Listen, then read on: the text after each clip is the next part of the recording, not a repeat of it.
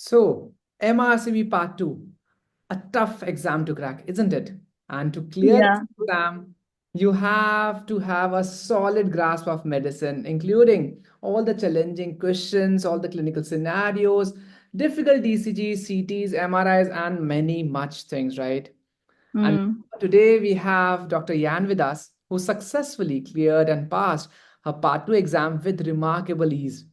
And what's even more inspiring, she managed it while working in the UK, juggling a toddler at home, and overcoming many other challenges. So let's hear her story and let's learn how she did it. Dr. Yan, and again, once more, I would like to congratulate you about your outstanding achievement, clearing MRCB Part 2. Thank you so much, Dr. Madan. It wouldn't be possible without your help. Thank you so I much. did both lectures with you, part one and part two, and yeah, following your guide, I managed to pass my exam. Yeah, only after your guide. I failed before and then I passed after I took your lectures. So, how did you go about it? What are your strategies? What was your struggle? And how did you manage your time? As I mentioned, working in the UK, right? Because I believe you are a IMT over there, right? That's Yeah, yeah, trainee in the UK. And yeah, then obviously having so much responsibilities at home, having a toddler, right? Which is a big yeah, responsibility to handle. And many yeah, other challenges which you have. So kindly yeah. let us know how you did it, how you try to manage your timings and all those things. um how did I manage my time? So I signed up for the MRCP part two lectures with you in June, and I received the email just one day before the class start, and I signed up because I wanted to do the exam in September. And Hmm. then I joined the class, so one of the class lecture in weekend day, um and then one day in the middle of the week, Hmm. and another question session, another half day. So I will, keep going back to the lectures and go through the points that you talk about. Because your lecture is very clear, it gives us all the guidelines that we need to remember. Hmm. Part two is about making sure that you're able to extract the clinical information you need, either it's from investigations or from history, less from history, but more from investigations Hmm. and more from like blood test and the ECGs, specialty test, to make the diagnosis, make the treatment plan. And when you're making the treatment plan, you need to go against the criteria. There are guidelines, clinical guidelines available for certain things that is important for part two. And you gave us all the information in the lecture so that I know where exactly to go back to find those information and try to understand it. So I didn't have much time to do the past test questions. I Hmm. only did another book finished about 100 and over questions.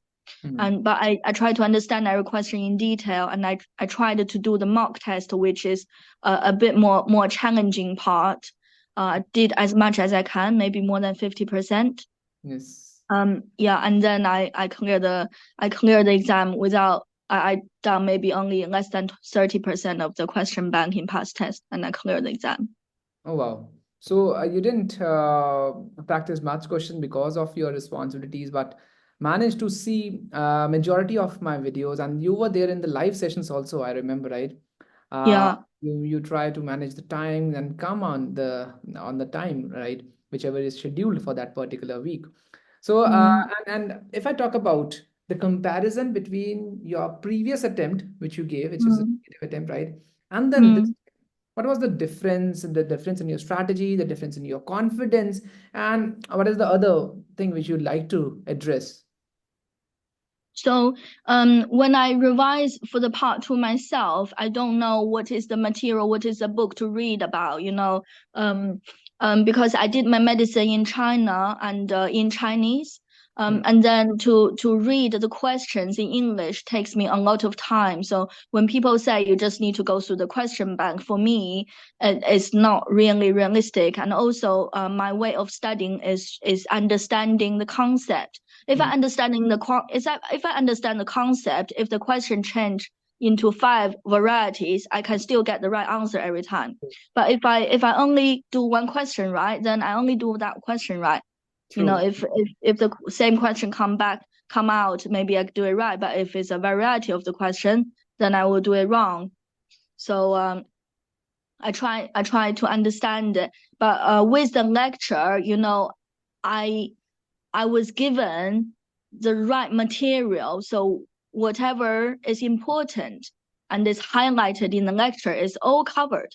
It's all covered. It's covered from more than in sense, and in every aspect that you need to understand is all in the lecture. So it becomes so much easier.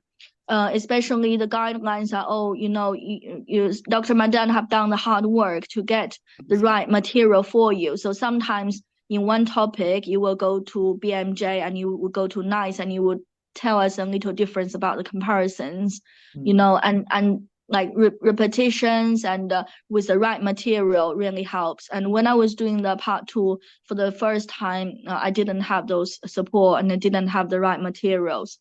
And I also underestimated how much hard work this exam require.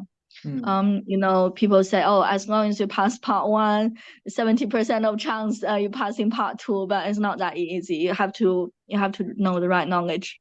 Yeah, true. And Yeah. if I talk about, so we have compared with your previous attempt. Now, if I see, what is the difference you find in your clinical practice, right? You are going to the hospital, managing the patient.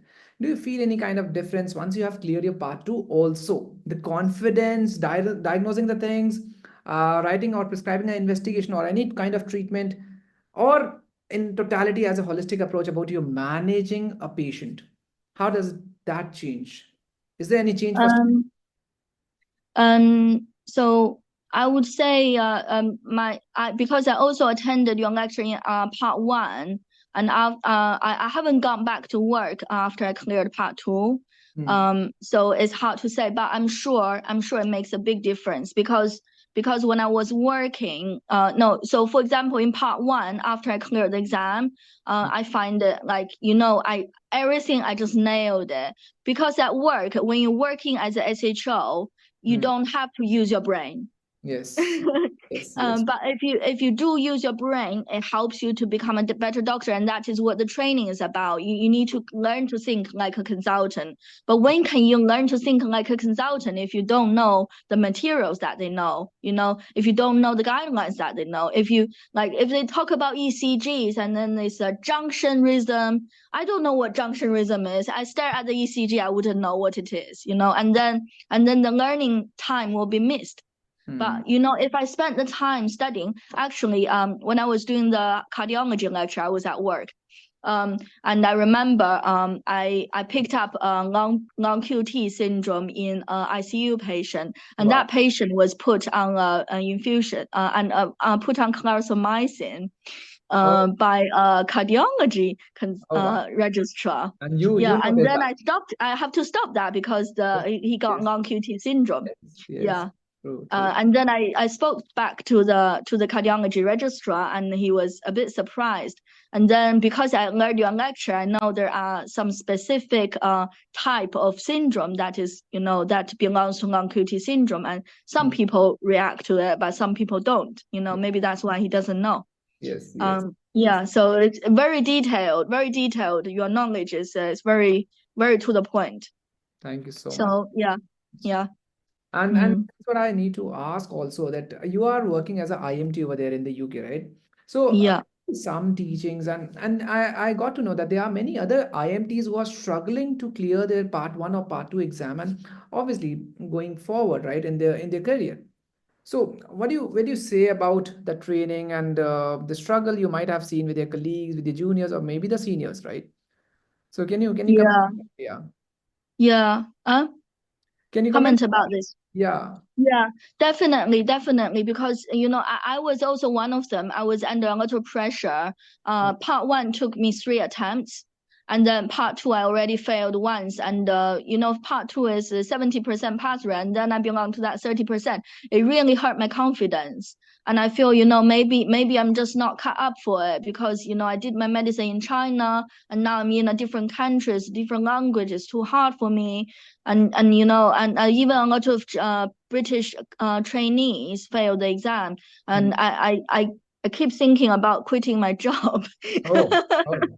Yeah, I keep thinking that I need to do something else that I'm good at, and I read the Reddit blogs, where people talking about their IMT trainings, especially the exam, when they say, oh, I failed the exam, I didn't manage to do all the parts, and some stuck in part 1, some stuck in later ones, and they didn't manage to get to specialty training positions because this is required.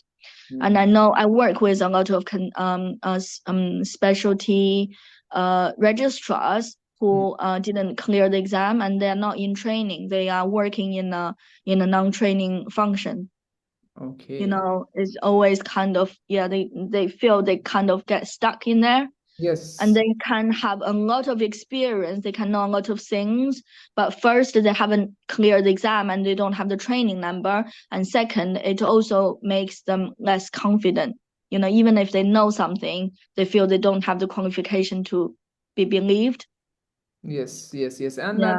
I have got so many calls and the messages of the IMTs who are working in the UK, and they have Mm, the similar thing which you just mentioned, feeling stuck, right? They have joined a mm, training, and I mean that puts a lot of pressure on your brain, on your mind, on your body, that yeah, you yeah, have to do it.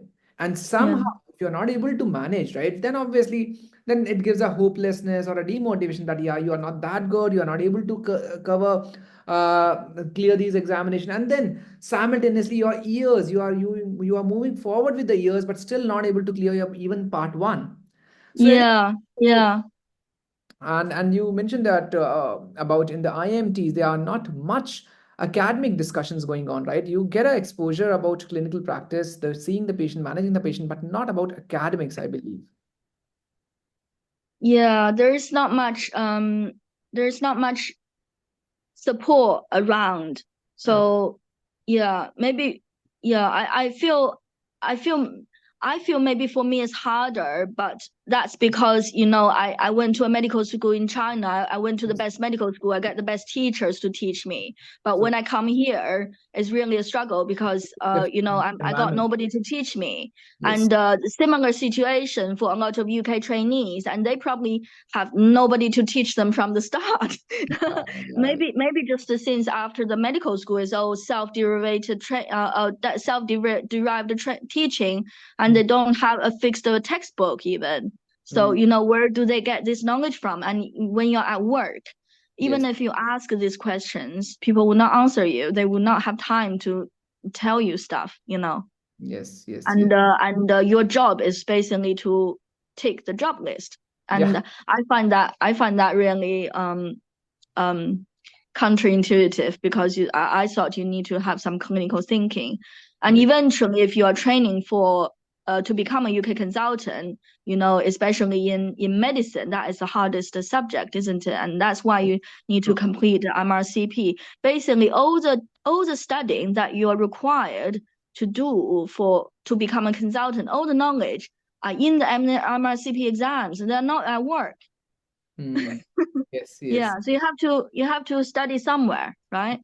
yes. True, true, true. Yeah, I wanted to encourage other people. If I can do it, I did medicine in a foreign language. If I can do it, you can do it too. Thank you so much. That would be Mm. very, very precious advice and a feedback from your side. Thank you so Yeah, much. and one thing I wanted to mention, what I learned from your lecture, we don't shame ourselves. If I don't know what other people know, Yes, you true. always tell us it's not because you're not good. It's just because you haven't been exposed to it. Exactly, And if you exactly. if you just spend some time learn about that topic, then you'll be as good as others. Exactly, exactly. And I Yeah, still remember that you keep asking your queries, right? Whether it makes sense or not. And this yeah, makes you perfect, right? We all are here yeah, to learn, and medicine is a branch which we keep learning every now and then, right? There are many yeah. updates, change in the medication or the practice or the recommendation or the guidelines, right? It keeps changing. Mm, And you have to keep learning, right? As you move forward in your career. So Yeah. thanks so much for that advice. And definitely I'm totally in favor that, yeah, whatever doubt you have, you should have that clarity before writing the examination, right? Because you can Yeah. enter, or maybe if you talk about managing a patient, you cannot say that in front of patient that I don't know the concept, I don't know about this medication or the interaction or the side effect, right? You need to know. Yeah. And so Yeah. however bad the question is, whatever the question is in your mind, you should speak about it, and you should fetch and keep learning and keep finding out the answer to your questions which are there in your mind, right? Yeah, yeah. Dr. Madan is very tolerant. I was asking like idiot questions all throughout the lecture, and I find the lecture goes through much more smoothly when I was not around, when I watch the recordings. But when I go back to the lectures where I have gone through before, and the second time I start to realize how silly I was. But then that means I grow. Yes. I start to become wiser, and I learned the concept, which is what I gained from the lecture. Yeah, true. Yeah, Thank you so much. Thank yeah, you so much for all those wise words, appreciating words, and your valuable advice for the other candidates. Thank you so much again for sparing out the time for this session, I can say, or interview. Thank you so much. yeah. Thank you, Dr. Madan. I feel you're a very kind person. You want to help people, and I want to get the message to other people that just come to sign up Dr. Madan's course and to help you pass your MRCP. And you're really a good mentor to guide us through the journey. And I really appreciate your help. Really. Thank you so much. Thank you. It means a lot to me. Thank you so much. Thank Okay, you. bye bye. Thank you so much. Bye bye. Bye. Bye. Bye.